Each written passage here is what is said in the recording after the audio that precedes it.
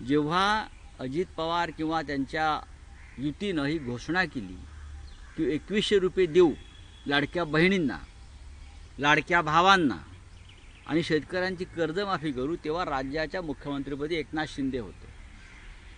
त्याच्यामुळे ही जबाबदारी एकनाथ शिंदे यांची जास्त आहे. ते मुख्यमंत्री असताना तुम्हाला जनतेला वचन दिलं आणि आज ते डेप्युटी सीएम आहे. आजच त्यांचं मी आता पाहिलं, काही झालं तरी आम्ही आमचं वचन पूर्ण करणार. कसं करणार? तुमचे अर्थमंत्री आणि डेप्युटी सीएम नाही म्हणत आहेत.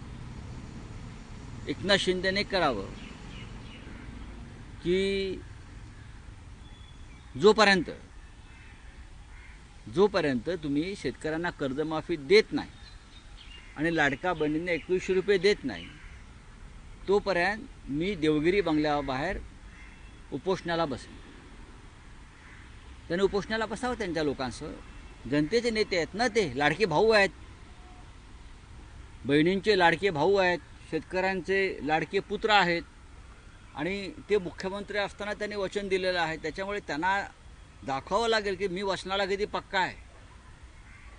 प्राण जाय पर वचन न जाय, ही एका शिवसैनिकांची आणि मराठा मावळ्याची एक भूमिका असते. प्राण जाय पर वचन न जाय. तुमच्या डोळ्यासमोर लाडका बहिणींची फसवणूक चालली आहे. एकनाथ शिंदे, शेतकऱ्यांना गंडवलं जात आहे. तुम्ही काय करताय सरकारमध्ये बसून? अजित पवारांच्या दारासमोर उपोषणाला बसा, आंदोलन करा. शिवसेनेचा आत्मा आंदोलन आहे. जर तुम्ही खरे शिवसैनिक असाल, तुमच्याकडे जरी नकली शिवसेना असली तरी तुम्ही स्वतःला शिवसैनिक मानता ना, मग देवगिरीच्या बाहेर करा आंदोलन. राऊतसाहेब, आज मनसेचा गुढीपाडवा मेळावा शिवाजी पार्कवर आयोजित केला जातो आहे. राज ठाकरे भाषणात काय भूमिका मांडणार, मी कसं काय याकडे लक्ष असेल? कारण राज ठाकरेंची विधानं ही नेहमी राज ठाकरे यांचा पक्ष सध्या भारतीय जनता पक्षाचा मित्रपक्ष आहे. आता मित्रपक्षाचा, भाजपच्या मित्रपक्षाचा तो मेळावा आहे. त्याच्यामुळे त्यांची भूमिका मी पाहतो ही भाजपा धर्जिणी किंवा मोदी अमित शहा यांना धरून असते. त्यांच्या घरी लोक चहा पानाला येतात, सगळे हे भाजपचे वगैरे. आता त्यांनी काही जरी भूमिका घेतली तरी त्या भूमिकेवरती भाजपची छाप असेल, भाजपचा प्रभाव असेल. उद्याच्या महानगरपालिका निवडणुकीमध्ये भारतीय जनता पक्षाला सोयीची काय भूमिका घेता येईल अशी भूमिका राज ठाकरे घेऊ शकतात. यापूर्वी त्यांनी घेतलेली आहे. खरं म्हणजे आज महाराष्ट्र आणि मराठी माणूस संकटात आहे. महाराष्ट्राला कमजोर केलं जात आहे, मराठी माणसाला दुबळं केलं जात आहे. अशा वेळेला भारतीय जनता पक्षाला साथ देणं, एकनाथ शिंदेंसारख्या लोकांना मदत करणं हे महाराष्ट्राच्या एकंदरीत अस्मितेला आणि स्वाभिमानाला परवडणार नाही आहे. आणि मराठी माणसाला कमजोर करणाऱ्या भूमिका राज ठाकरे यांनी घेऊ नये अशी एकंदरीत आमच्या सर्वांची अपेक्षा आहे. राऊतसाहेब, कुणाल कामरावर आणखी 3 गुन्हे दाखल झालेले आहेत. आज सामनामध्ये रोकटोकमध्येही कुणाल कामराचं समर्थन केलं गेलं आहे आणि शिंदे आणि महायुती सरकारवर निशाणा साधलेला आहे. बघा, कुणाल कामराचं किंवा इम्रान प्रतापगडी हे लिहिणारे बोलणारे असे लोक आहेत. सुप्रीम कोर्टानं समर्थन केलं आहे, मी कशाला करू? देशाच्या सुप्रीम कोर्टानं सांगितलं आहे कुणाल कामराला, इम्रान प्रतापगडी, अन्य कोणालाही आपलं विधान, आपल्या भूमिका मांडण्याचा पूर्ण अधिकार आहे. या देशाचं स्वातंत्र्य इतकं कमजोर नाही आहे की एखाद्या कवितेमुळे, एखाद्या गाण्यामुळे ते डळमळीत होईल. हे सुप्रीम कोर्टाने सांगितलं आहे. असं असताना जर या महाराष्ट्रामध्ये कुणाल कामराच्या विरुद्ध गुन्हे दाखल होत असतील तर ते दुर्दैव आहे. एकनाथ शिंदेंचे मंत्री खुलेआम कुणाल कामराचे खून करण्याची भाषा करतात, त्याला टायरवरती उलटा टांगून मारण्याची भाषा करतात. त्यांच्यावरती गुन्हे दाखल व्हायला पाहिजेत. गृहमंत्री तुम्ही खरे असाल आणि गृहमंत्र्यांचं कर्तव्य जर खरोखर बजावण्याची इच्छा असेल तर अशा प्रकारची वक्तव्य करणाऱ्या मंत्र्यांना लाथ मारून हाकलायला पाहिजे. ही तुमची व्यक्तिगत मतं असतील तर कॅबिनेटचा राजीनामा देऊन तुम्ही मतं मांडा. नाही, पण राऊतसाहेब, जे कुणाल कामरानं गीत म्हटलं किंवा रचलं ते विडंबन नसून प्रतिमा हनन गीत आहे. मला असं बघा, आता गेले काही दिवस एकनाथ शिंदे किंवा त्यांचे लोक ज्या प्रकारचे वक्तव्य करतात ते आमचं किंवा उद्धव ठाकरेंचं प्रतिमा हनन नाही का? आहेच ना.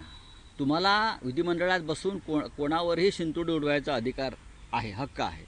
आणि सामान्य माणसाला, कवी लेखकांना, साहित्यिकांना नाही, असं तुम्ही कसं काय म्हणू शकता?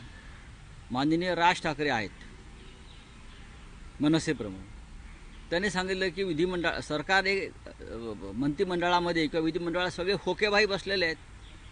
आता त्या खोकेबाईमध्ये देवेंद्र फडणवीससुद्धा आले, एकनाथ शिंदे आले, अजित पवार आले, सगळेच आले ना. मग हे सुद्धा प्रतिमाभंजन करणारे विधान आहे. मग तुम्ही राज ठाकरेंवरती खटला दाखल करताय का? करणारच का? अधिकार आहे त्यांचा बोलण्याचा, ते नेते आहेत, आम्ही सगळे राजकारणामध्ये आहोत, कोणी साहित्यिक लेखक आहेत, त्यांना आपल्या भूमिका मांडण्याचा अधिकार आहे. व्यक्तिगत टीका जर कोणी केली असेल तर तुम्ही त्याविरुद्ध कायदेशीर कारवाई करू शकता. देशाचं संविधान याने वाचलेलं नाही. एकनाथ शिंदे यांनी त्यांच्या दरेगावात जावं संविधानाचं पुस्तक घेऊन, आणि त्यांचे जे कोणी मंत्री लोक आहेत त्यांच्याबरोबर त्यांनी संविधान वाचनाचा कार्यक्रम ठेवावा. बोलिए. महाराष्ट्र का नया साल है और इस नए साल के शुरुआत में पीएम मोदी नागपुर में आए, क्या ये नई कोई शुरुआत है संघ और बीजेपी? बात ऐसी है कि आज हिंदू नववर्ष है, महाराष्ट्र में मराठी नववर्ष है, बहुत पवित्र दिवस रहता है, एक त्यौहार है सबका. सब जगह पे आज शोभा यात्रा भी निकल रही है. कल ईद है.